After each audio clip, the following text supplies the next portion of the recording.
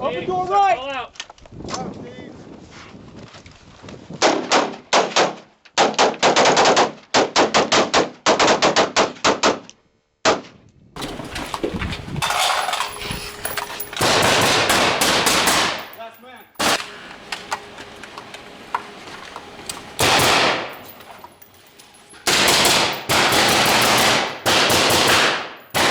Welcome Modern Tactical Shooting. Now this video is going to be the history of close quarter battle CQB in Special Forces.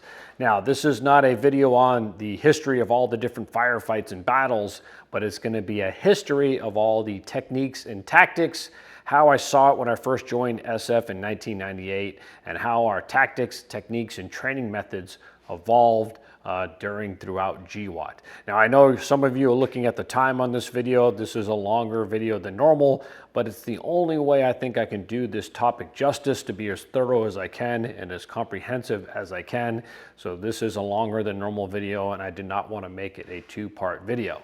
Now, like all my history of Special Forces videos, this is going to be all videos and pictures from my time or stuff given to me by teammates. I don't pull anything off the internet generically. So it's all as I saw it during my 19 years while I was in Special Forces. So let's get into the history of close quarter battle in Special Forces right now. So as I mentioned, I showed up in Special Forces in 1998, 5th Special Forces Group, ODA 531. And really my first 2 years on that team, we maybe practiced close quarter battle combined total of 2 weeks. If you look at these photos right here, we're using a shoot house in Kuwait, rocking the low ready with those MP5s. I believe that shoot house was only pistol rated, and that's why we're using the MP5 in these photos.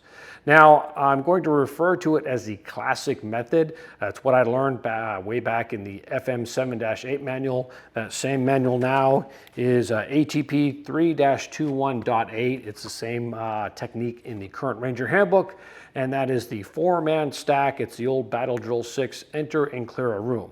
That is where the 1 and 2 men, when they make entry, their primary job is to clear those corners. Number 1 man walking 2 corners, and the number 2 man is going to walk 1 corner. That's for a center fed room. And the 3 and 4 man, their job is to clear the center threats. And for hallways, we were always taught, stay out of the hallways. It's a bullet magnet, so you wanted to limit your exposure in that hallway as much as possible. And that's really the classic technique. Really no different than what I learned during my time in the infantry. I spent 7 years in the infantry prior to SF. And the only big difference is in Special Forces, we had access to a lot more training ammo and really fancier shoot houses. But I didn't see really any difference between the tactics that we were using, both infantry and then crossing over into SF back in 1998. Now, a little side note here. I know what you're thinking. You spent 2 years on an ODA and you only spent about 2 weeks on CQB training. Well, in Special Forces, coming out of GWOT, especially our time in Afghanistan, there's a big misconception that every Special Forces team is a bunch of gunfighters and we focus on nothing but gunfighting. And that's just not true. There are a ton of different missions and tasks that a team could be assigned, and a lot of them don't have to do with gunfighting at all. And I was on one of those teams. Our job was really to practice long-range mounted infiltration. We were basically planning to go back into Iraq and do scud hunting, and really that's what a lot of 5th Group teams did during the 2003 invasion of Iraq, is either they led coalition units or they did long-range desert infiltration to do scud hunting and some other things. And that's really what I was doing on my very first ODA. That's why there wasn't a focus on CQB. Now, back to my time in 5th Group. In 2001, I got to go to our primary CQB schoolhouse. It's known as SFODA, a super long acronym. I'm not going to say it out on here. It's also known as Range 37, hence this hat I'm wearing right now. That is our primary CQB and really hostage rescue training facility. And its charter really is to train SF guys for hostage rescue, particularly the CIF members, and that is the Commander's Interdiction Force or the Commander's Response Force. It was renamed later on. Every SF group has one company where their focus is hostage rescue. And the thought behind it is, since Special Forces teams are forward deployed all over the world, if there's some sort of incident, these CIF teams a good chance they can get to that crisis or incident first. They can hold down that area, and if they have to execute a mission, well, they can execute it. But really, they're holding that area down, locking down that crisis until Tier 1 assets can show up. But they have the capability of executing that hostage rescue if they're the only force around, or it escalates to a point where there's no time before a Tier 1 unit shows up. These SIF companies, they get special funding. That way they can have the same gear, and SFODA is supposed to train them on the same tactics used by Tier 1 units. That's really the charter. So I was lucky enough to go to that course. Not every guy that goes through SFODA ends up in a SIF. The idea is if normal Green Berets and they're going back to a normal team, well, they have that skill set and they can, again, train their team members on CQB, and that's really why I went to that school. So it's an 8-week course. First 2 weeks is flat range combat marksmanship, and then the other 6 weeks you focus on close quarter battle, and it's based on that 4-man stack. Again, 1 and 2 man, primary job to clear corners first. The only time the number 1 man was given, I would say, the allowance to shoot any center threats. The rule was if a threat was blocking entry into the room, then you would deal with it. If not, you were making space for that 3 and 4 man. And again, we want to stay out of the hallways. Coming around corners, the classic high and low man was the main technique. And we got really good at it. During that 6 weeks, you spent a lot of time in the shoot house. And what separates the skill level between SFODA and, say, a normal SF team is breach capability. And what do I mean by that? In HR, in hostage rescue, ideally you want to do multiple breach points at once. If it's a multi-floor structure, you want to assault the roof first and the bottom floor because you want to flood that objective. And SFODA, they train you to do that exceptionally well. And that's what these SIF companies really specialize in, is multi-breach point, CQB in complicated floor plan buildings. So having that capability to fast rope in or use ladder trucks, again, different breach points, and breach it any way that is deemed feasible for it. So explosive breaching, mechanical breaching, you basically have a ton of different options at your disposal.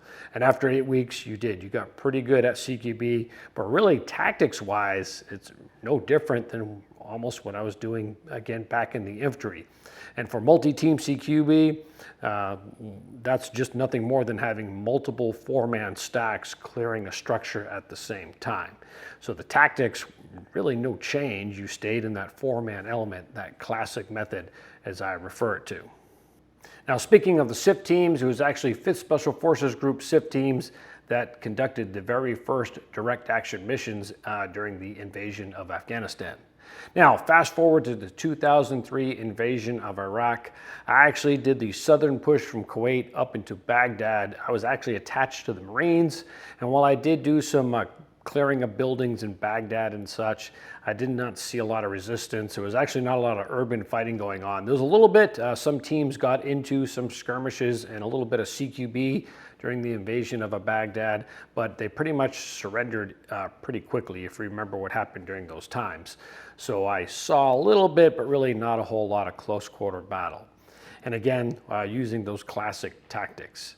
Now, towards the very end of 2003, the insurgency did start to pick up. It started the initial forms of that insurgency, and to deal with it, 5th Special Forces Group decided they were going to pair up normal Special Forces teams to conduct direct action raid missions against these early insurgent cells. And they had a few successes, and they had a bunch of what we call dry holes, meaning you hit the target and there's nothing there. But it was on one mission where they had 2 ODAs, roughly 24 guys, hit a target that had 3 determined fighters in that building that weren't going to give up. And the result, unfortunately, was 2 members killed in that joint Special Forces team mission, and they took multiple wounded. And that sent shockwaves through 5th Special Forces Group and really SF as a whole, where you had 3 bad guys against 24, and they were able to produce a lot of casualties before they were finally taken out.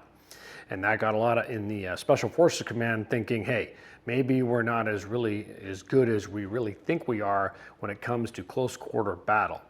And the result of that, there was a brand new emphasis on sending Special Forces members through SFODA, and that stands for Special Forces Advanced Urban Combat Course. It's a course taught within the Special Forces groups, normally by SIF members, or it was early on, where 3 to 4 weeks maybe, where it's solely focusing that training on close quarter battle based on a single SF team and using a single breach point. So being able to divide up a 12-man team into 3 4-man stacks and being able to hone those skills to raise the average CQB level on that ODA. We also started to do a lot of outsourcing of training, and I'll talk more about that later on. But there was a brand new emphasis on that. The course has evolved over the years, but the original intent and right out of the manual is to get a normal SF team competent in single breach point close quarter battle. Now I should say in SF, we don't go around saying, hey, I'm gonna go do CQB, that's the mission we're on. It's normally referred to as direct action, or DA, or you might hear it being referred to as a DA hit. A direct action mission has you assaulting a target. And yes, it normally involves buildings, and if you're gonna be going from room to room, well, that's your close quarter battle. You can expect that short range gunfight. So it's called DA, or referred to as DA in Special Forces. Now, going into my second tour in Iraq in 2004, at this time, all your SF teams that are on the ground are conducting DA hits on insurgent cells. And on my ODA, we switched things up a little bit. Again, the classic method has the 1 and 2 men clearing corners first, and on a center-fed room, the number 1 man is going to go to a second corner. It's going to walk 2 corners, so the 1 and 2 men are facing each other, and they're clearing any dead zones or danger zones in that room. Basically, they're trying to see behind all the furniture or any obstacles in that room. That's why you send that 1 man along into the room, to pick up any of those unknown areas that you can't see from that one wall that you came in on where the door is. We changed things up. We started incorporating a technique called strong walling, which for some unknown reason, it gets a bad rap in Special Forces. It's kind of seen as a taboo technique, or really an amateur move to be strong walling, even though it's an approved technique. Back in the 2004 SFODA manual, they talk about strong walling in this. And really the benefit to strong walling is you can get more guns into the room, and that number 1 man's not going along deep into a room. Because the problem with sending 1 guy deep into a room is the farther you go into a room, if there are other doors in that room, you're opening yourself up to more angles. And if it's a very large room, that 1 guy could be going quite a distance. And in Iraq, that was a problem. Every structure has a walled courtyard, and you're going to take that courtyard like a room. So if the courtyard walls are 30, 40, 50 meters long, if the number 1 man guy is going to try and walk 2 corners, he could literally be 100 yards away from fellow teammates, and that's just ridiculous. So we started strong walling, and it allows more guns in the fight, meaning if everybody keeps their back to that wall, you're basically in a line. Why go into a room with 4 guys when you can go into a room with 5, 6, 7, even 12? You can get a whole 12-man stack on the same wall, making entry into a room. And you don't want to go into a gunfight with the same number of guns that the bad guys might have in the room. You always want to outnumber them. Why go in with just a 4-man stack when, again, if you can fit the whole ODA in there, you got 12 guns against however many are in there. I'll take 12 on 1 odds all day long. It's a lot better odds than, say, 4 on 1, and you're just hoping there's only 1 insurgent in that room. So it's better to outgun anybody that's in those rooms as you go. So we adopted strong walling. Again, for some reason, if you bring up strong walling in SF, they're like, oh, hey, that's amateurish. But I don't think a lot of guys understand the benefits of strong walling. It's simpler to do, especially under nods and darkness. You're not worried about, hey, where is that number 1 guy? It keeps everybody, again, against that same wall. And I think under certain applications and instances, I think it's actually an advantage, and it can give you the advantage in a close-range gunfight. Now, even though my team was doing a lot of DA hits in 2004, we actually didn't see a lot of resistance. There wasn't really heavy CQB fighting going on for my team. Most of the time they just surrendered, because why die fighting us when they knew if we captured them, they surrendered, they'd go to Abu Ghraib for maybe a year and get released. Now, there were a lot of other SF teams that were deep into some CQB. I'll talk more about them here in a little bit. But I want to go back to 2003, back to that incident where the 2 ODAs took casualties. As a result, there was a new emphasis on getting team members through the SFODA program, but also 5th Special Forces Group, and I thought this was super cool, they started to outsource a lot of training. Because the problem is when you're in a tight-knit unit, you're in a bubble, because you are thinking, hey, we know the best techniques, we're the best, tip of the spear and all that stuff, but you don't know what you don't know. And again, that those casualties on that 2 ODA mission that sent shockwaves and really made us realize that, hey, maybe we don't know everything. So we started to go to places like the Mid-South Institute of Combat Shooting, Combat Marksmanship programs, one of the best in the country. I know the Navy SEALs were using that place for CQB training for the longest time. We were going to Blackwater because they have, at the time, they had outstanding facilities, tons of different shoot houses to practice at. And we started to send SF guys to a place called the Direct Action Resource Center just outside of Little Rock, Arkansas, which is run by Rich Mason. We call it Darcy for short. He runs a 6-day CQB course, and I believe my first trip there was in 2005, and it was a complete eye-opener. So I want to talk about Darcy and really some things that they were showing there, which actually I was resistant to when I first showed up, but man, it was an eye-opener once we started to get deep into this course. So up until this point, our primary method of holding the rifle was low ready for CQB. One of the first things we saw at Darcy was the incorporation of the high ready. That is because it's faster for the number 2 man to come down from the high ready when that number 1 man takes that left or right into the room, as opposed to for the low ready and coming up that way. It's faster every time. Number 1 man still at the low ready, but 2, 3, 4, 5 guy, it's faster actually when you come down on room entry. Another radical change that Darcy showed us is bumping up the stacks from 4 guys to at least 5. Because 4 guys cannot cover enough angles as they're moving through a structure. And at Darcy, if you try and cover multiple angles as a single person, you're going to end up paying for it. And I'll talk more about the OPT4 here in a second. But you can only focus your attention. Really, if you're going to cover an angle, you can cover one. Anytime you have to split your attention between, say, 2 different doorways or a doorway or a hallway, your stuff's weak. Because if an enemy appears, really, what is your reaction time going to be? Another thing, and this is a radical departure from our classic methods of CQB, ours is you trying to stay out of the hallway. The hallway's a bullet magnet. You don't want to be out in the hallway. You're going to cross the hallway, minimizing your exposure to that hallway with your stack. Well, at Darcy, we were taught to hold the hallways. That's because, let's say you got to clear 4 rooms down the hall. Well, if there's an enemy combatant down at the end of the hall, every time you're crossing that hall to get to that next room, even though you could be doing it super fast, you're exposing yourself potentially to that threat. So if you have to clear 4 rooms before you get down to the end of the hall there, that's 4 chances you're given that threat to shoot at your stack. Whereas Darcy, you're going to take that hallway and you're going to hold it. So now if an enemy pops out, you now get them. And they have a technique there calling masking or point manning, where you're actually kind of trying to cover all the different angles of your stack as you move down that hallway. But yeah, holding hallways is radically different from what I learned in SF. And it works, and I'll talk more about that here in a second. But a lot of different things were shown to us at Darcy, and to reinforce it, and this is a training scar when it comes to CQB training in the military in general. And that is with the OPT4, the opposing force that you're going to fight when you do force-on-force training. Normally, what I saw my entire career up until this point, anytime you're going against an opposing force, usually they end up being heavily scripted in training. Meaning, okay, if you've got a 10-room building and there's 4 or 5 OPT4, somebody's going to go by and they'd be like, okay, you're a bad guy. I want you to sit in this room. wait till they come in and shoot at them, basically sit in place and die when they come in. And they'll place the OPFOR throughout the room and tell them, okay, we want you to do this certain thing. They end up being heavily scripted, which can give you a false sense of security because, okay, I'm just gonna flow in here.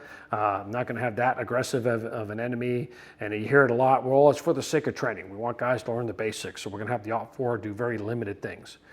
Well, you're not training properly. And at Darcy, really another eye-opening thing was you're gonna fight a peer-to-peer enemy, meaning when you take that structure, if you don't keep up your momentum in the house, next thing you know, you're gonna look down the hall and you're gonna see an opposing force stacked up in a 4 or 5 or 6 man cell, and they're now clearing rooms coming at you, and they're using all the techniques and tactics that they can to truly try and beat you.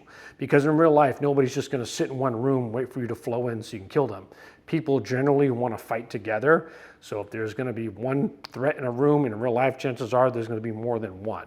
So at Darcy, you were fighting a true peer-to-peer threat. So if your tactics were weak and you lost momentum, well, next thing you know, you're losing ground in the shoot house. And that was an eye-opener. So you're truly fighting a peer-to-peer enemy force while you're at Darcy.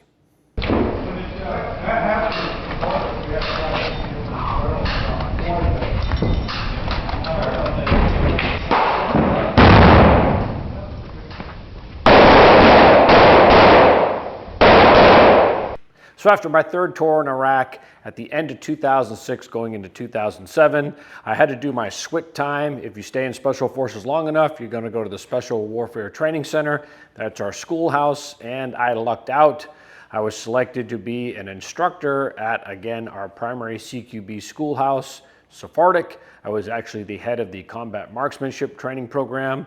But when I arrived at the beginning of 2007, I would say 85% of the instructors at the time were from B23, and that's their group's SIF company. These guys had just done multiple tours in Iraq, and they were basically going to SWIC to get breaks, and because their time was up, just like mine, to be on a team.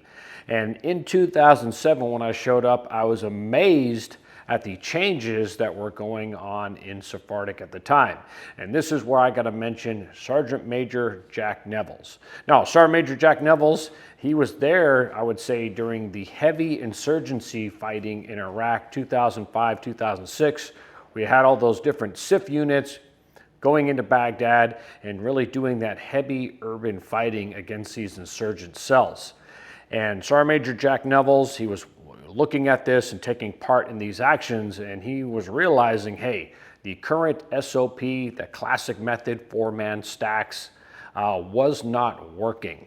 And major changes were made based on his observations to how CQB was going to be taught and done in Special Forces. Some very, I would say, aggressive changes to the program. Let me get into those right now. So first of all, gone were the 4-man stacks. They were plussing the stacks up to 5- and 6-man guys at the schoolhouse, again, to cover more angles. And while at SFODA, they weren't completely taking and holding the hallway like they did at Darcy when I went through that training, they were doing a lot better job at masking or covering those angles as the teams went down the hall. There was brand new emphasis on that. And the high ready was now incorporated between the 2, 3, 4, 5, 6-man. Again, it's just faster coming down into the room from the high ready than the low ready. Again, number 1 man's going to be at the low ready. Now, instead of calling it the low ready, it was called the depressed muzzle, because with the low ready, people have a habit of going muzzle all the way to the ground, and that's too much distance. You're not fast enough getting on the grunts. Getting on the gun. So they changed up the terminology for that. And one of the biggest changes is how guys entered the room. And this is where the step out, sometimes referred to as the flying V if there's a split stack on the door, but the step out was implemented. And it might be seen as a small change, but the effects were pretty, I would say, significant. And that is with the classic method, you're going to stack up tight on the door. You're trying to go in, number 1 and number 2 man, again, are clearing corners, and they're only engaging a center threat if it physically blocks their way into the room. Well, in reality, You cannot ignore any threats going into a room, and you're going to take casualties. So with the step out, the change is now the stack is going to be about a meter off the wall, or at least arm's distance off the wall. And as the number one man starts to approach the door, they start pieing off as much as they can see into that room, and they're allowed to shoot any threats that they see.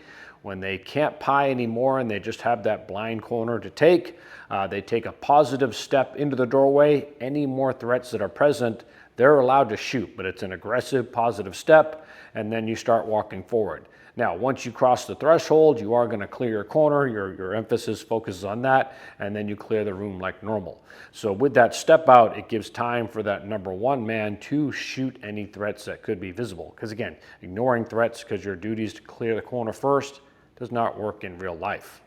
I have a video called Clearing Corners First Will Get You Killed, and I've written about it online and in some magazines.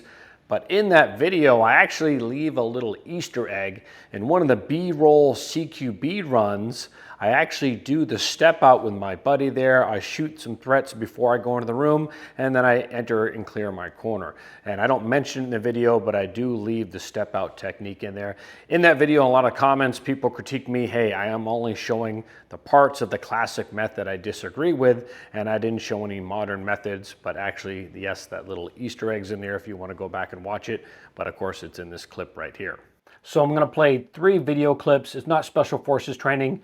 It's me and a buddy out on the flat range. We're going to live fire the classic method 1 time, and then we're going to live fire the more modern step out for 2 runs. So you can see the difference in how long it takes to engage that center threat. There's going to be targets on the left and right, so we're going to have to shoot both the left and right targets, and again, engage the center threat. I just want you to be able to see the difference.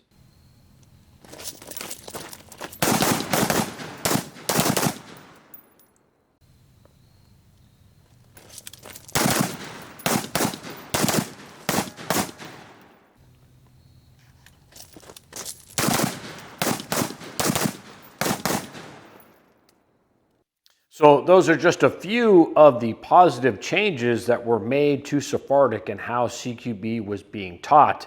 And what I find really fascinating is in 5th group, we were going to Darcy and we were kind of learning all these things, I would say, in an academic controlled schoolhouse environment. Meanwhile, guys in 3rd Special Forces group, they're changing things up based on combat. But when you look at the different techniques, really, we've come to the same conclusion. I came out with that Darcy training, and then you had B-2-3 guys coming out with combat experience, and lo and behold, the high ready's in play. More than 4 men are in a stack. We're running 5-6 man stacks to cover more angles, and we're aggressively holding terrain in the shoot house. So yeah, I found it fascinating that we basically came to the same conclusion when it comes to real world practical CQB. And I can't get into all the changes here. I don't want to make this video hours and hours long, but I found it fascinating that, coming from a whole nother group based on our experience, and these 3rd group guys who really saw a ton of fighting, and most SIFs that rotated into Baghdad, the guys in C-110 and 10th group and 5th group guys, they probably saw the heaviest urban fighting of the era. That's 2005, 2006. Now, another change, and you might view this as a subtle change, but it actually had a huge impact on how things were done in CQB that was made to Sephardic. Again, based on the guys in B-2-3, their experience with that urban fighting, and thanks to Sergeant Major Jack Nevels, is the method of engagement was altered or changed. I went through as a student in 2001, 2002-ish at Sephardic, and the method of engagement was the double tap or controlled pair, just depending the distance to the threat, and you were highly graded on accuracy. It was super important. And you're like, hey, why not? You should be super critical of somebody's accuracy. After all, you're practicing hostage rescue. Why would you not want extreme good accuracy? So what that looked like is every target, it might have a kill zone printed from the factory, but they put their own kill zones on these targets. Basically, they stenciled about a 5 by 7 inch box on the targets. And anytime you shot a threat in the shoot house, you had to have your double taps within that box. If you had a round that went outside that box, you got counseled, and you were only allowed so many negative counselings before you had to go to a safety board and kicked out of the course. Same thing, if you had a flat out miss, that was also a safety board. And it sounds good. Hey, high level accuracy, you're Green Berets, you ought to be able to do that. But it actually created a training scar, and basically it made guys gun shy because you're shooting for a grade every time you clear into a room. Guys would not look past one room. They'd only look at the targets in a room. So if you were flowing into a room and you could see through an open door another target against the back wall, that could be a 20-yard shot. Students would not shoot at it. They would just flow into that room, handle the targets in the room, and just stack up and flow into the next room, and that's when they would engage it when they're closer to the target, because again, you don't want to get that counseling statement. So it made guys gun shy. And a training scar. Again, you think you're doing super well, but of course in reality, you can't ignore any threats. And that's how threats are going to engage you in real life. They're not going to sit in the room again and wait for you to come in and wait to die. They're going to make space in a house. They can use angles. If they can open a door and see through across the hall into another room, they're going to try and ambush you when you come into that room. So they have some distance, they have some cover and concealment. And in 2007, changes were made, really flip-flopped. Now, the instructors would purposely place targets long in shoot houses. So you look into a room you're about to clear, you could look through another doorway, you'd see a bunch of targets. And if you did not attempt to shoot at them, then you were counseled. And the 5x7-inch stencils were kind of taken away because they encouraged guys to shoot at it. A weak hit on a threat is better than no hit because you were afraid to engage it and afraid to get that miss in the schoolhouse environment. So I think that was done really well because it forced assaulters to look long into targets, not just look at the room they're clearing. And I talked about that double tap. The round counts on threats was also pumped up. Instead of a double tap, which we know does not work well with 5.56 at close range, it was pumped up to driving the threat down, which basically at SFODA, we could set up dummies in a shoot house and they were set so multiple rounds would have to be fired in them to fall. And training on the flat range of stuff, we practiced 5-round strings. Again, driving the threat down with a long string of fire. It's called non-standard response in some manuals. We stuck to about 5 rounds just to conserve ammo. But yeah, it got guys out of that double tap mode. Again, shooting the threat down, and that's what you need to do in CQB. So that was incorporated. Now, in this video clip right here, it might sound like we're shooting full auto. And I know it's hard to tell, it's a fisheye lens looking down into the room, but we're actually shooting 5-round strings. The guys are just doing it super fast. And that's the benefit of practicing multi-round strings in a target. There's no hesitation. You are naturally going to drive the threat down, and that's what you want in combat.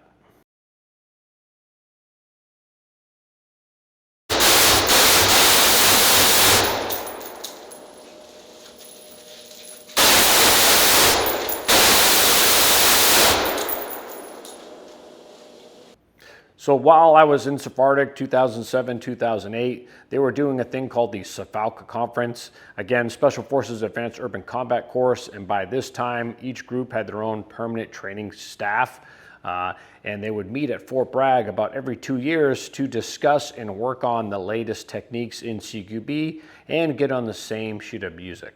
Also in 2006, a new SFODA manual came out, and it incorporated the new changes, has a step out on there, emphasis on covering those angles, and instead of just following a cookie cutter format, okay, of number 1 man, you're gonna step this way, number 2, you're gonna step right, you're gonna clear a center fed door this way, a corner fed room this way.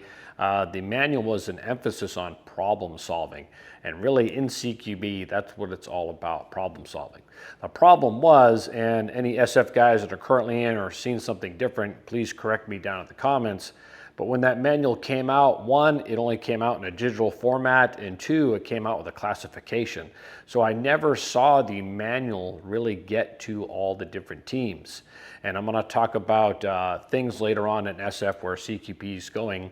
But part of the problem was not releasing the 2006 manual to every team like the 2004 manual was.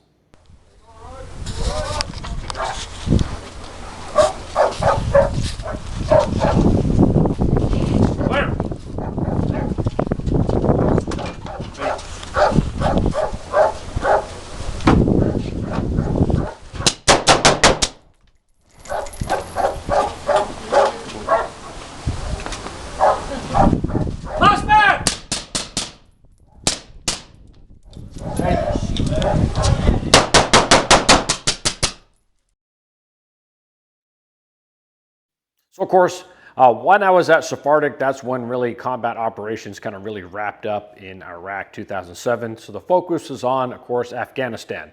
Now in 2010, I transferred over to 3rd Special Forces Group. And in 2011, I believe, is when I went to my first 3rd Group SFODA course. I was a team sergeant with the team, and I was shocked by what I saw. Instead of teaching the step out and the more modern methods that, again, Sergeant Major Jack Nevels and the B-23 guys brought to Sephardic, they were back to doing the classic method and teaching the classic method. 4-man stacks, clearing corners first, and the emphasis was not on problem solving as you face threats in the house. The emphasis was on following that footwork, and that's what they were grading you on. Hey, center fed room, you must clear like this. Corner fed room, follow the choreographed movement, and that will lead you to a path of success. And that was completely wrong. And I was a team sergeant. I argued and I battled with them at the time, and they were like, hey, this is our course. Yeah, you were an instructor and all that, but you need to do it this way. And it was maddening. As a matter of fact, after that, I ended up taking a team to Darcy one last time. I got funding for it just to say, hey, this is how we're really going to do it. And every chance I got, I would teach. I'd call them modern methods of CQB. Because again, that just doesn't cut it. Now, 3rd Group later on, I've been to various SFODs after that around 2012, 2014, and the program did get better. Guys that were instructors with me at Sephardic eventually ended up taking over 3rd Group SFOD, and they brought in those more modern methods. Now at that 2011 SFOD training I attended, I did see one pretty good technique. I'd never heard of it before, but guys in Ranger Regiment were doing it and SIF teams were doing it, and that's the call out.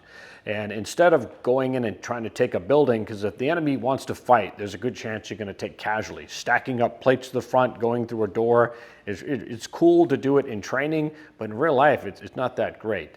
And what they were finding, especially in Afghanistan, you might flow into a house, but they'll have the whole house booby-trapped and rigged to detonate on you. They'll just clack that house off and kill as many soldiers as they can.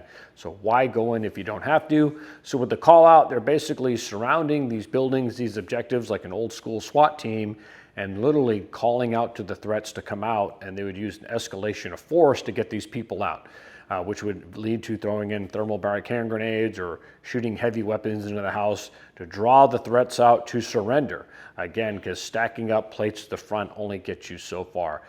So yes, the call out started to become a thing when it came to CQB. So yes, my last few years in Special Forces, I saw a mix of what was going on. Some teams were working on that classic method, 4-man stacks, while others were doing, again, the more modern method, 5-man stacks, high ready, things like that. And I just hated to see the classic method start to come back. And again, why is that? Well, guys with combat experience are getting out, and even though it was in the manual and being taught, as again, guys with combat experience are getting out, if you don't know the why behind some of the changes, it's kind of hard to teach. And I can understand somebody picking up a SFOD manual, seeing the different methods in there, not knowing the why behind it, not being able to understand it. And honestly, the 4-man stack technique is a very easy, simple format to teach. But the problem is, it really only has 2 plays. For a center-fed room, you're going to go in like this. For a corner-fed room, you're going to go in like this. And what sports team on the planet only has 2 plays and does well? None. It doesn't exist. So why are we doing this for a close quarter battle? And again, it's an easy format to teach. And I would say a big red flag, if you're in a unit that does CQB in some form, law enforcement or military, it's a huge red flag if the emphasis is on following a format that you walk. So hey, if they're looking at you, hey, walk this way, and they're not working on problem solving, like, hey, what if there's threats here, here, here, focusing on looking past the first room you're going into, that's a red flag. Because again, CQB should be about problem solving. You ought to have the flexibility to adjust your tactics really based on how the threat fights. And your tactics should not be based on a set format, because the enemy, they adjust. And let's face facts, we were in Afghanistan for 20 years.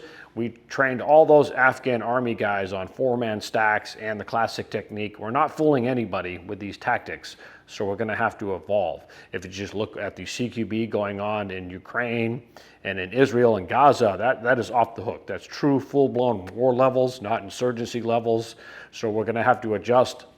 And my main reason for making this video is I just hate seeing all the lessons learned paid for in blood by Special Forces guys during GWOT, seeing those lessons lost. And the current and next generation of warfighters is going to have to learn all those lessons again, and they're going to be paid for in blood again.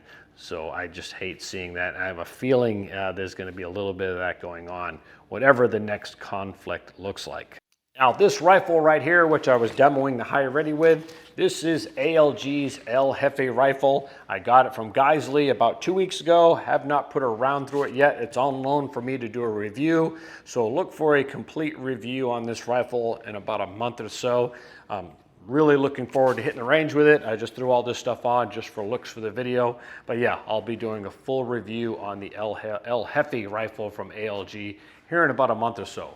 But as always, hopefully you found this video entertaining and informative. I'm Jeff Gerwich. Thanks for watching.